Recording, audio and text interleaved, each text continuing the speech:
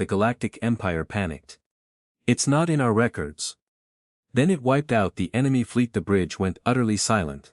Threxa's clawed hand hovered over the command console.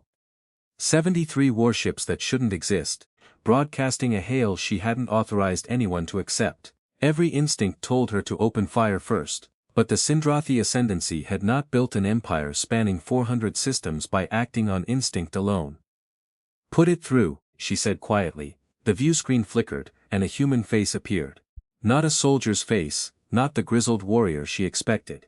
A woman, perhaps 40 cycles by human reckoning, with tired eyes and a calm that unsettled Threxa more than any threat could have. Fleet Admiral Threxa Vol, the woman said, her translated voice smooth and unhurried.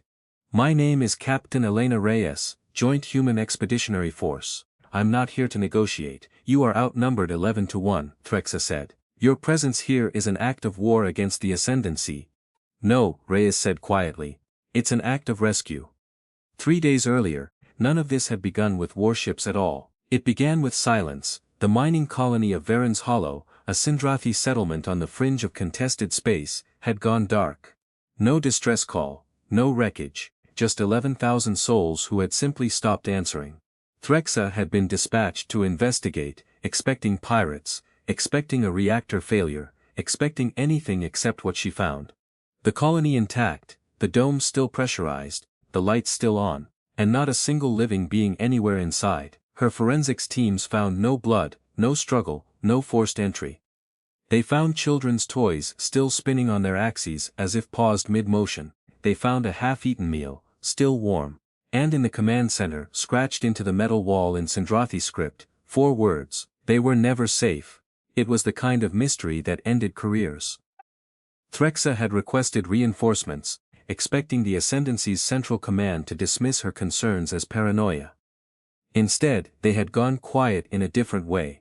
The careful, clipped silence of people who knew something they weren't saying. That should have been her first warning. Threxa Vol had spent 31 years climbing the ranks of the Ascendancy fleet on a simple philosophy. Information was the only currency that mattered, and she had never once accepted an order she didn't fully understand. It was why Central Command both respected and quietly feared her. So when a request for reinforcements at a dead colony returned nothing but redirected supply manifests and a curt instruction to maintain standard patrol protocol, the wrongness of it sat in her chest like a swallowed stone. Osek had been the one to find the sensor ghost. A flicker at the edge of the system, gone before the array could lock on. Threxa had dismissed it as debris.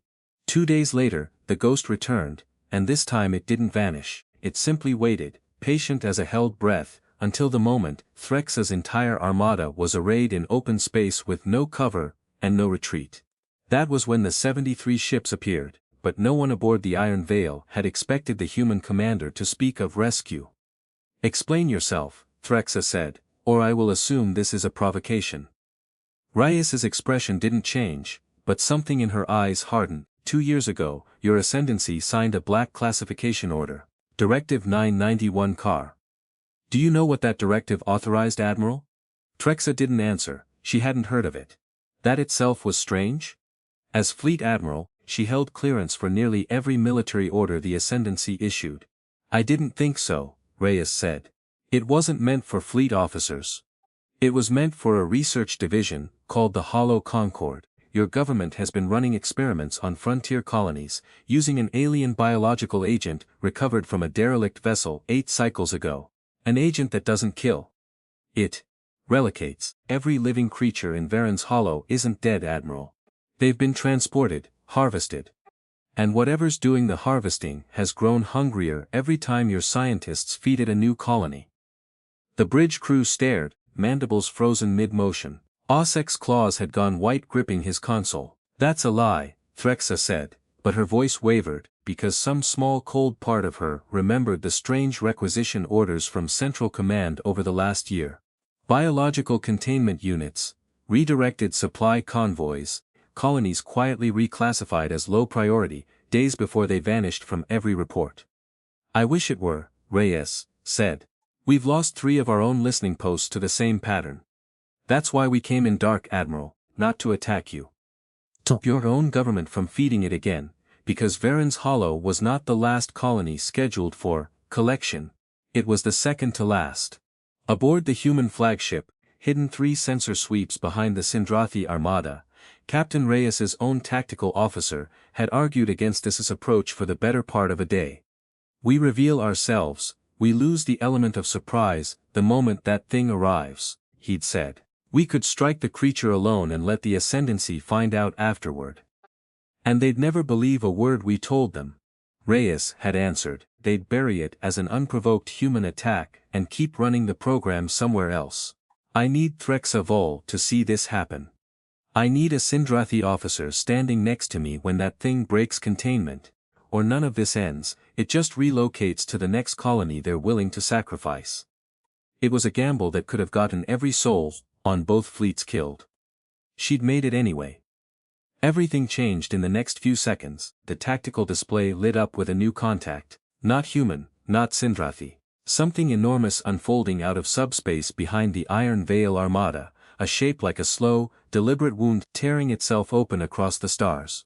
Bioluminescent growths pulsed along its hull, if it could even be called a hull. Threxa had never seen anything like it, and neither had the Concordance Archive, because the Concordance Archive had never been permitted to see it. Either, that, Reyes said grimly, is the Hollow Concord's asset, and it just followed the signal your own fleet's beacon was broadcasting straight here. Threxa's mind raced. If the humans were lying, this was the most elaborate deception in the history of the Ascendancy. If they were telling the truth, her own superiors had built something monstrous and lost control of it.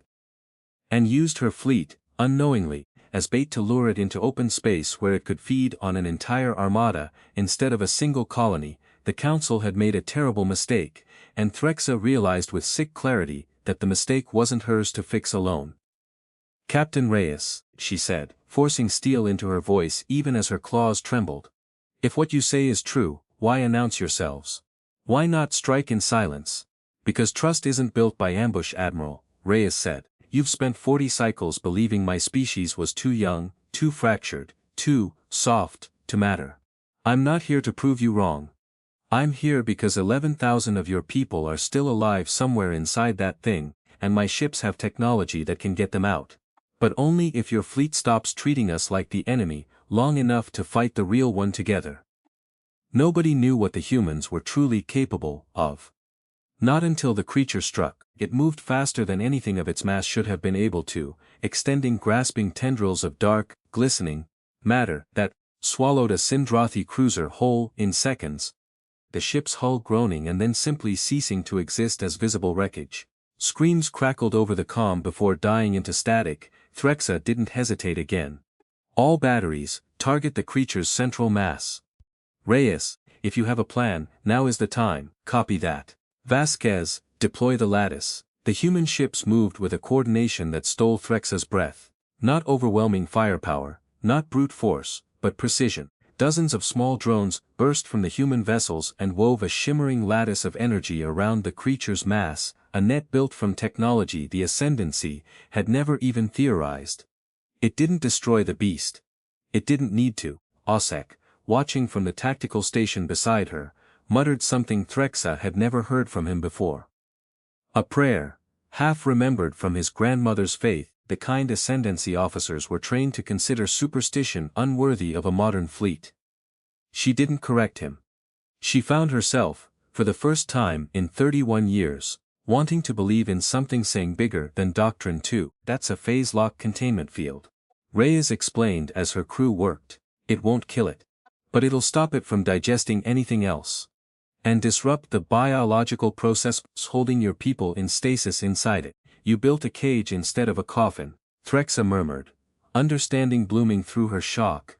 Humanity hadn't come to destroy the threat, they'd come to save what could still be saved, even at terrible risk to themselves. The truth stunned the entire bridge crew into silence, as 3 human shuttles broke formation and dove directly toward the creature's pulsing core, unarmed, exposed, utterly vulnerable, carrying extraction teams into the belly of a living nightmare, to retrieve survivors. Before the containment field's window closed, Threxa watched 2 of the 3 shuttles vanish in flashes of light against the creature's flank, torn apart by defensive tendrils. Her hands clenched. These humans, strangers, enemies by every classification in her records, were dying to save Sindrathi lives that her own government had sacrificed without a second thought. "Raise," she said, voice raw. "Redirect my fleet's fire to cover your extraction team." Now, it was the first order of her career, given not from strategy, but from something that felt uncomfortably, undeniably close, to honor recognized in another. The final shuttle made it through, buried itself into a fissure along the creature's core, and for 11 agonizingly long seconds, nothing happened at all. Then the beast shuddered, its bioluminescence flaring white, and began disgorging shapes. Pods, cocoon-like structures, thousands of them, spilling into open space where waiting human recovery ships caught them like a father catching a falling child. Difficult decisions rippled through both fleets as the creature, wounded and disoriented, turned its full fury toward the nearest concentration of firepower. Threxa's own flagship. "Brace for impact," Osek screamed. But the human fleet didn't retreat. 73 ships that had appeared like ghosts, now formed a wall between the iron veil and the creature, absorbing the barrage. Meant for Threxa's people, hull plating scorching and buckling under strikes that would have shattered her own flagship in a single volley. "Why?" Threxa breathed into the calm, watching human ships burn to shield her. "Why would you do this for us?" Reyes's answer came through static, breathless but steady. "Because somebody has to be the ones who show up, Admiral. Might as well be us." Together, human ingenuity and Sindrathi firepower drove the wounded creature back into the fractured wound of subspace from which it came, sealing the breach with a coordinated final strike. Neither fleet could have managed alone. In the silence afterward, 11s of thousands of rescued Sindrathi drifted in stasis pods among the wreckage, alive, breathing, saved, not by their own government, but by a species they had been taught to dismiss as backward children playing at Empire. Weeks later, Threxa stood before the Ascendancy's High Council, Directive 991 Car. Laid bare on the record for the first time, her testimony ending a program that had cost thousands of lives in secret. She did not do it for glory. She did it because a human captain had shown her that strength without honor was simply cruelty wearing armor. And that the smallest, youngest voices in the galaxy sometimes carried the loudest truths. The council did not thank her. 2 ministers who had signed off on the Hollow Concord's funding tried, briefly, to have her testimony sealed as a security risk. It was Osek, silent and furious throughout the whole ordeal, who leaked the survivor accounts to the wider fleet before the council could bury them a second time. By the time the story reached the Ascendancy's outer colonies, it could not be unsaid. Humanity had not conquered the Sindrathi Ascendancy that day. They had done something far harder. They had earned it. Rescued colonists from Varen's Hollow, once resettled, requested only one thing from the Ascendancy government in the aftermath: that a permanent human liaison office be established on their new world, so that no colony, ever again, would go dark without someone strong enough, and stubborn enough, to come looking. The Ascendancy, still reeling from the scandal, granted the request within a week, its fastest approval in a decade. And light years away, in a quiet debriefing room aboard a human vessel, Captain Elena Reyes closed her final report with a single line that would echo through both empires for generations to come. "We didn't come to win a war. We came to make sure no one else had to fight one alone."